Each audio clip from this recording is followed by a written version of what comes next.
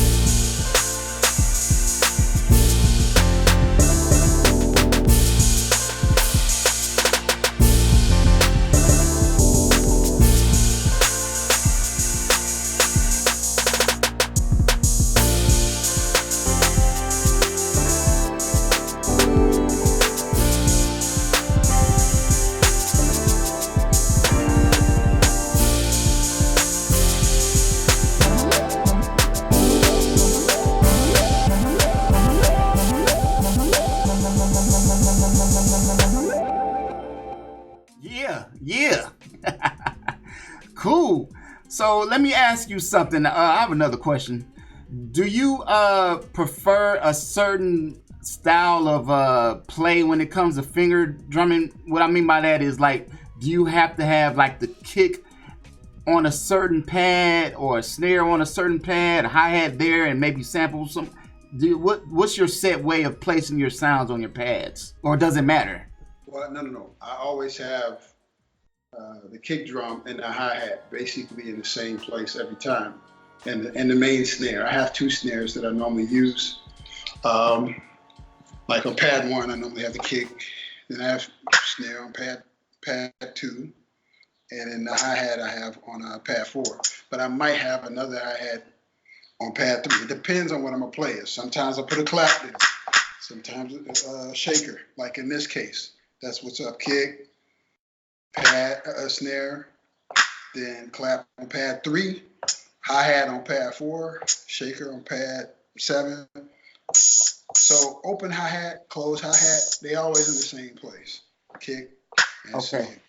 And then it depends on how melodic I want and deep, how much control I want to be able to have over the samples.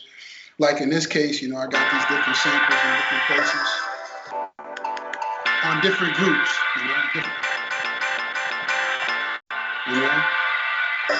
And sometimes I have like a sample that won't have anything. You won't hear anything audibly when I play it, but it'll cancel out the sound of all the other pads. Sometimes too. You know what I mean? So yeah, that's basically it. And I very rarely like change banks while I'm playing and stuff like that live. But I'm starting to do that more often. Working on that. Okay. So basically, you're working with 16 pads. Got you. That makes it simple. Yeah. Okay. So let me ask you, as far as do you prefer the MPC Live over, like, say, the X, or I've seen you on the MPC Studio as well. What is your preference? I guess it would be the Live, or is there a difference? Can you tell a difference? Well, the pads are the same. The pads are the same. The difference, it's cool to be able to have the extra Q links. The Q link pad that's on the right side, that's on the Live. You only get 4. But like when you want to make adjustments, live, having the X allows you to be able to just, you have 16 different choices. So that's cool. I think the best feature about the Live is battery powered. You know what I'm saying? So I can like just pick it up and go, be on the go, on the train, the plane, whatever. That's the best thing, man. Right.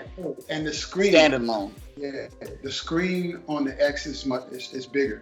So that's cool. Right. So especially if you're working for long hours, that's bad on your eyes. That's another thing. Thing. You got to make sure you can like get into your work mode and just be like glued to the pad, glued to the screen. But you got to make sure that you get up and take breaks. Get up, go for a walk or something. Right. Seriously. Okay. There was another question I had for you too. I also seen you, and for those that don't know, follow this guy, man. He's on Instagram. He posts all the time, man. I've seen you do finger drumming with actual acoustic sounding drums versus like sample drums, and like the you know what I'm saying, like maybe like MPC drums or what have you, whatever. And I think that's what kind of separates you from others.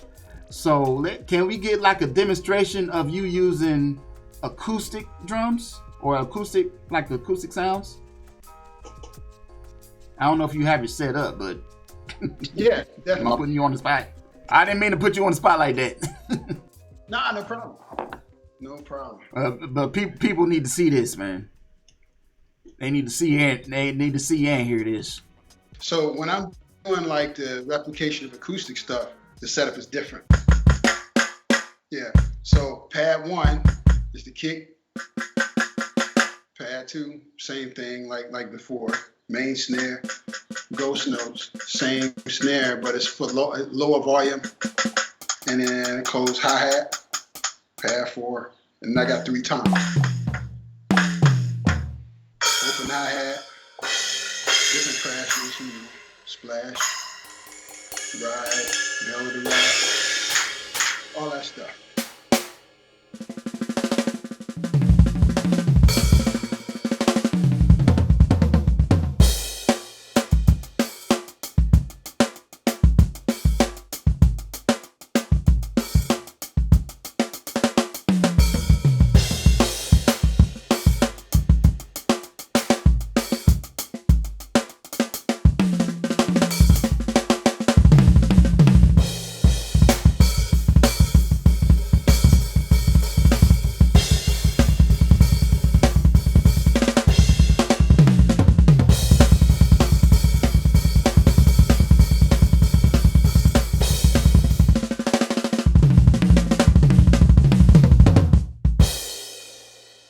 Oh my goodness.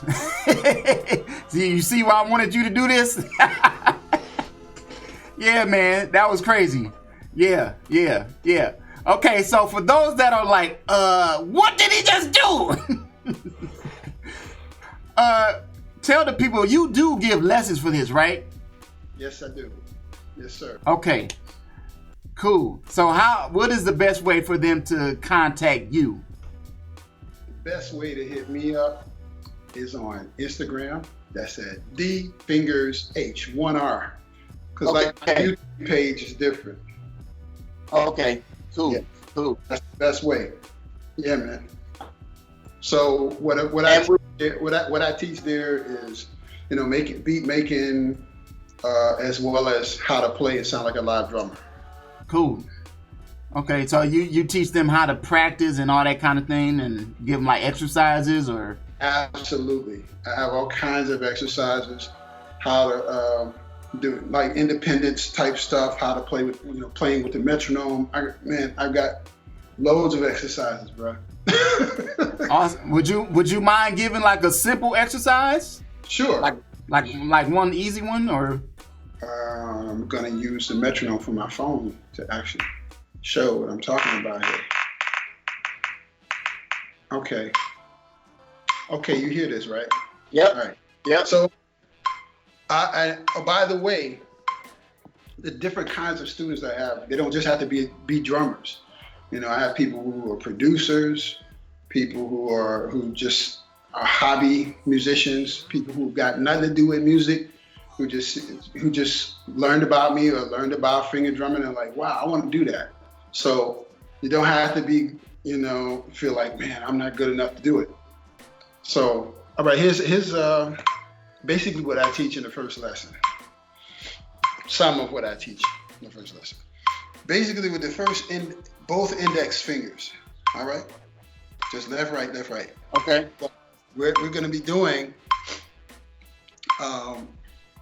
there are 4 parts or 5 parts to the exercise. Like if this is 1, 2, 3, 4, right? Then you're playing 8th notes, like for 2 measures. Again, 2, 3. Now play 8th note triplets. So you go like 1, 2, 3, 4. Second measure, 2, 3. Next part, 1, 2, like that, and so on. And you don't want no accents. 1, 2, 3. Next part, 1, 2, 3, 4. Second, 2. Then the next thing should be 30-second notes. 1, 2, 3, 4. 1, 2, 3, 4. Right? Got you. Now that's Okay. Yeah, that's pretty slow. That's at 50 beats per minute. But like that's, the faster you get, that seems simple right now, but when you speed it up, it's not easy. Right. Right. As far Okay. as like a beat exercise, what I do is like let's say at 94, 90. All right. So I do like an independence study where I teach people to lead with their left or lead with their right. Like, I'm a left-handed person naturally, but I do something, like I write with my right hand, but I swing a bat and shoot basketball with my left. So I'm ambidextrous, basically. So, Okay. So, see, I'm playing, leading with the left, meaning the hi-hat is being played by my left hand, okay? So I'll do that for 2 measures, you know, second to then switch. So everything you play, you switching.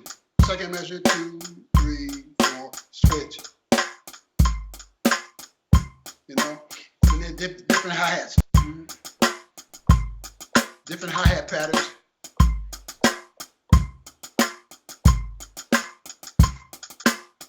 But I'm switching hands, you know, and how to add drum fills in with that, you know. So if you're playing, you know.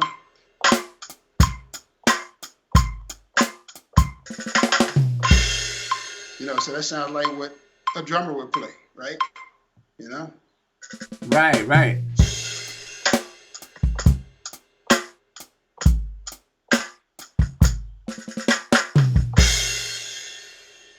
You know? Awesome, man. Awesome. Awesome. All kinds of stuff.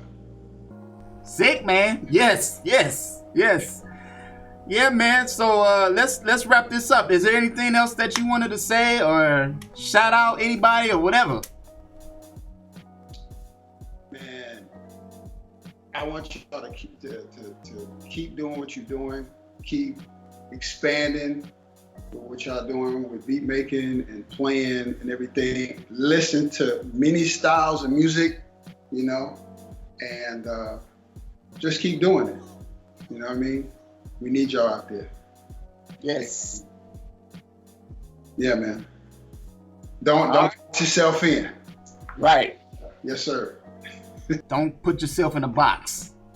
Think outside the box. Think outside. All right, man. Huge shout out and thanks again so much, man. I really, really appreciate you hopping on with me. And man, again, man, check out D Haynes, man. I'm gonna leave his social in the links below when I post this and repost and all that good stuff. But like, man, again, thank you once again. I'm sending peace and positive energy to everybody, man. All right. Peace. Yeah.